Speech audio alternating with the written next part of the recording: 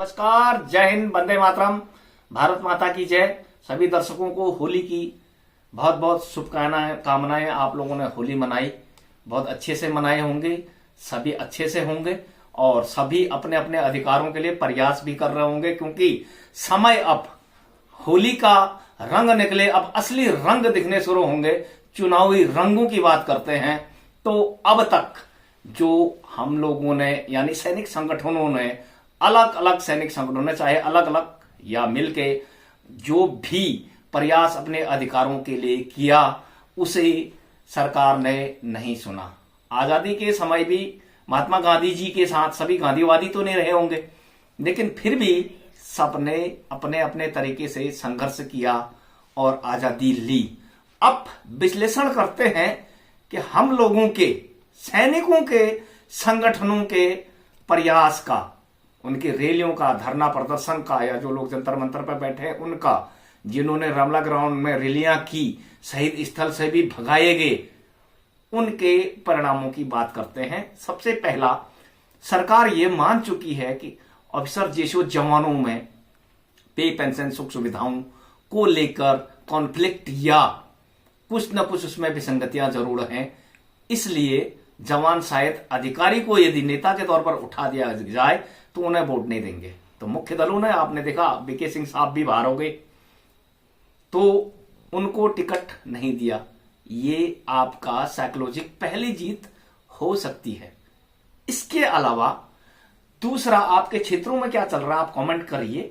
उत्तराखंड की बात करता हूं। कल ही से 27 तारीख से 10 मार्च तक सत्ताधारी पार्टी बीजेपी रिटायरों, एक्स सर्विसमैनों के बीच आएगी और अपने 48 मिलन प्रोग्राम करेगी, 48, जिसमें से 5 सैनिकों का महानगर, दूसरी भाषा में उसे देहरादून कहा जाता है, 32,000 से ज्यादा पूर्व सैनिक और उनके परिवार, प्लस 10,000 लगभग सैनिक और अर्धसैनिक मिलाकर इनकी संख्या 40,000 के पार जाती है। 40,000 को 10 से गुणा करो तो 4 लाख।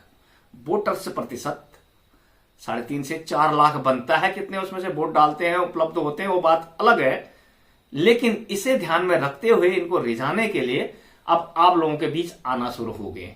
अब आप लोगों के जमीर से उठता हुआ सवाल, जब भी आपने रैली की, जंतर मंतर पे हो आप, या फिर रामला ग्राउंड हो, या फिर शहीद स्थल से आप लोगों को भगा दिया गया, आपको किसने सुना? कितने मांग पत्रों के आपके जवाब आए? कितनी बातों के तर्क वितर्क किया गया कि यह मांग नाजायज है तो इस कारण से है, जायज है तो उसे मान लिया गया? सबसे पहले कोई मुझे ओआरओपी की परिभाषा समझा दे। 1973 के दौर में ओआरओपी शब्द आया कहां से? 1960 के दौर में क्यों नहीं आ लिया?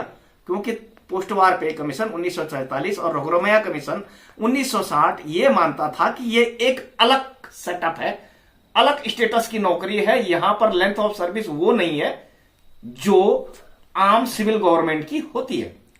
लेकिन सीसीएस के तहत 1973 में जब सबको शामिल किया गया तो एक व्यक्ति, सेंट्रल गवर्नमेंट का एक कर्मचारी जो 58 से 60 साल नौकरी करेगा और दूसरा 35 से 50 ही करेगा, उस दौर में रिटायर हो जाएगा। तो इनके बीच जो पेंशन की परिभाषा बन रही है, अंतिम वेतन का आधा, तो ये अंतिम वेतन सिविल कर्मचारी के बराबर कहां पहुंच रहा है? इसलिए इस वेरिएशन को कम करने का नाम ओआरओपी था। ओआरओपी का मतलब यह नहीं होता कि 2 हवलदार जी अलग अलग समय पर प्रमोशन लें, उनके बीच के अंतर को आप ओआरओपी मानते हैं, बेसियर मानते हैं। परिभाषा बदल दी गई साहब, ये परिभाषा नहीं है। आपका काउंटर पार्ट कौन है और वो कितनी लंबी नौकरी करेगा, यानी कि एएसआई हवलदार जी का काउंटर पार्ट 60 साल में रिटायर होगा तो हवलदार जी कितने तक जाएंगे? उन दोनों के वेरिएशन को, उस वेरिएशन को निकालने को ओआरओपी कहा गया था, जो कि परिभाषा ही बदल गई, मैक्सिमम मिनिमम। क्योंकि अधिकारी हमेशा मैक्सिमम ही होता है। 13 साल में लेफ्टिनेंट कर्नल बनता ही बनता है, यदि कर्नल नहीं बना तो 25 में कर्नल बनेगा और 57 में जब रिटायर होगा लेफ्टिनेंट कर्नल, अब कर्नल एक ही पेंशन है 1,05,000 और वो वहां है 50%। आपका अधिकतम सिपाही 40%, सबसे कम नायब सूबेदार 31% है साहब। इस वेरिएशन को देखा क्यों नहीं गया? परिभाषा ही बदल दी अपने लिए, क्योंकि उनका ठीक पट रहा था। दूसरा, गवर्नमेंट का भी अच्छा पट रहा था 3% को देना, यानी माना एक यूनिट में 20 अधिकारी और उनकी 100 रुपया बढ़ा दिया जाए तो 2,000 रुपये खर्च होंगे। लेकिन एक यूनिट में 1000 जवान है और 10 रुपए भी बढ़ाओगे तो गवर्नमेंट की जेब से जाएगा 10,000, यानी कि 5 गुना ज्यादा चला जाएगा। आपको 10 रुपया देने में घाटा है, उन्हें 100 रुपया देने में कोई घाटा नहीं है। और कमांड कंट्रोल अलग है, सेना उन्हें संभालनी है, ऐसा मानते हैं। तो अब जब आपके बीच आ रहे हैं तो क्या आप मिलोगे? यदि मिलोगे तो क्या आप इन सवालों का काउंटर कर पाओगे? आपको जवाब क्या मिलेगा? या फिर आप यूजर की तरह एक बार फिर ट्रैप में फंसने जा रहे हो? क्योंकि उन्हें अब भी विश्वास है कि अधिकारी से भले ही नाराज हो लेकिन सरकार से नाराज नहीं है, और इन दिनों में हम इनसे संपर्क करके मना ही लेंगे जैसे आज तक मनाते आए हैं। क्योंकि सैनिक, सिपाही, एक्समैन या उसके परिवार वाले इतना सोचते नहीं हैं। ऐसा अब भी उनको या तो कॉन्फिडेंट है या ओवर कॉन्फिडेंट है, या फिर कुछ लोग जो आज भी आगे पीछे घूमते हैं, पोस्टर चिपका रहे हैं, झंडा उठा रहे हैं, उनकी वजह से उनको पूर्ण विश्वास है। तो अपना जमीर जगाइए, अपने अधिकार की लड़ाई को और मजबूत कीजिए। सरकार किसी की भी बने, देश सबका है, लोकतंत्र जिसे जनादेश होगा वो जीतेगा।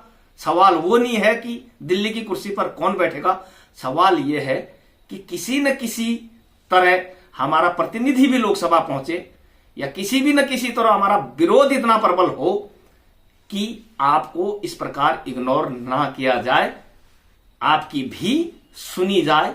ये एक लक्ष्य एक्समैनों का होना चाहिए, ताकि आपके पे पेंशन के अधिकार आप लोगों को भी बुलाया जाए। जैसे किसानों की सुनी जाती है, उनको बुलाया जाता है, उनकी मांगे मानी जाती है, उस पर डिबेट होती है, नेशनल टीवी जिसको दिखाते हैं। मुझे बताया किसी सिपाही हवलदार जीशू को नेशनल टीवी पर बिठा के पूछा गया किसी जनरल साहब के बगल पे बिठा करके बराबर में कि बताइए साहब ये सही है या ये गलत बोल रहे हैं। कभी ऐसा हुआ?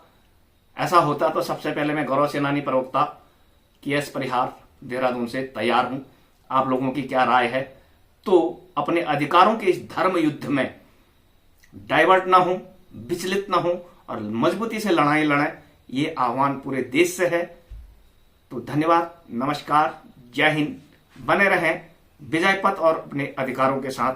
जय हिंद।